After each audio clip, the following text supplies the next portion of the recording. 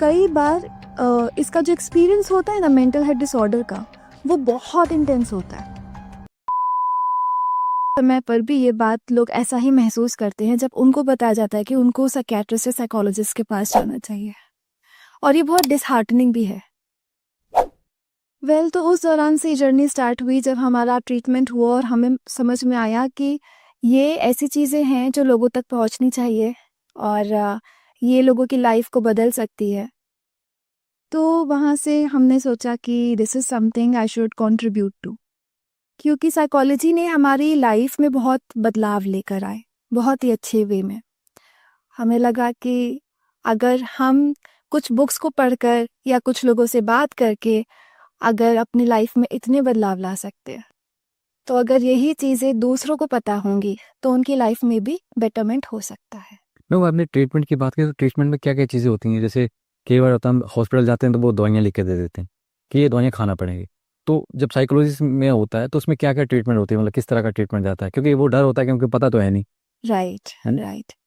तो ट्रीटमेंट में दो चीज़ें कंसीडर करी जाती हैं। एक है फार्माकोथेरेपी, ओके। जो कि मेडिसिन ट्रीटमेंट है जो आपको साइकियाट्रिस्ट प्रोवाइड करते हैं। जो साइकियाट्रिक मेडिकेशंस होती हैं वो हमारे सिम्टम्स पर काम करती हैं। तो हमारे जो भी बिहेवियरल सिम्टम्स हैं या जो फिजिकल सिम्टम्स हैं मेंटल हेल्थ डिसऑर्डर के, उस पर काम करती है दवाई। कई बार इसका जो एक्सपीरियंस होता है ना मेंटल हेल्थ डिसऑर्डर का, वो बहुत इंटेंस होता है।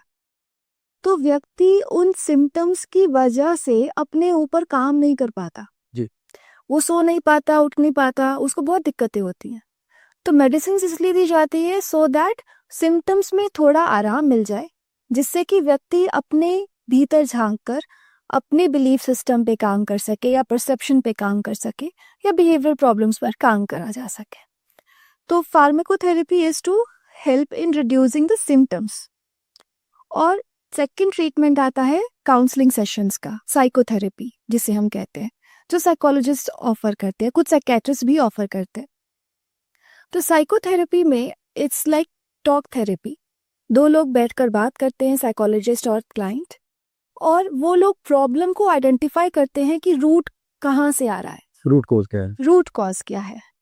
सो इट्स लाइक अगर हमें किडनी स्टोन्स की वजह से फीवर है तो उस फीवर की दवाई तो डॉक्टर दे देगा, तो सिम्टम कम हो जाएगा। बट किडनी स्टोन पास हो जाए उसके लिए जो भी प्रोसेस है वो काम साइकोलॉजिस्ट का है। तो रूट पर फोकस करेंगे, आइडेंटिफाई करेंगे एंड उस पर काम होगा। हर इंडिविजुअल क्योंकि अलग अलग होता है, तो हर व्यक्ति के लिए अलग अलग प्रकार की थेरेपी एंड टेक्निक्स का यूज होता है। इसमें कोई व्यक्ति को कैसे सिम्टम्स का पता लगे कि मुझे मिलना चाहिए नहीं मिलना चाहिए?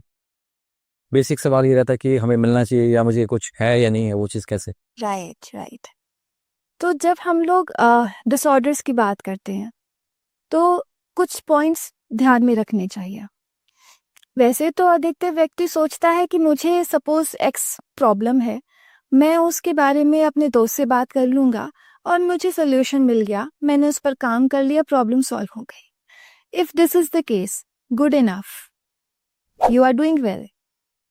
पर अगर ऐसा होता है कि आपने एक्स प्रॉब्लम के बारे में बात करी लेकिन फिर से कुछ दिनों के बाद आप सेम प्रॉब्लम में स्टक हो गए, आपने फिर किसी व्यक्ति से बात करी, आपको लगा सोल्यूशन मिल गया, लेकिन आप फिर से स्टक हो गए, तो ये जो फीलिंग ऑफ स्टक है, ये अगर आपके लाइफ में बार बार आ रही है सेम प्रॉब्लम को लेकर, तो आपको प्रोफेशनल को रीच आउट करना चाहिए।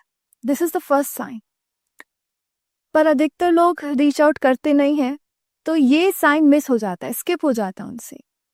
उसके बाद प्रॉब्लम्स ऐसी आने लगती है कि फिजिकल सिम्टम्स में उन्हें चीजें महसूस होंगी, तो उनको नींद में प्रॉब्लम आने लगेगी, उनकी एपेटाइट में प्रॉब्लम आने लगेगी।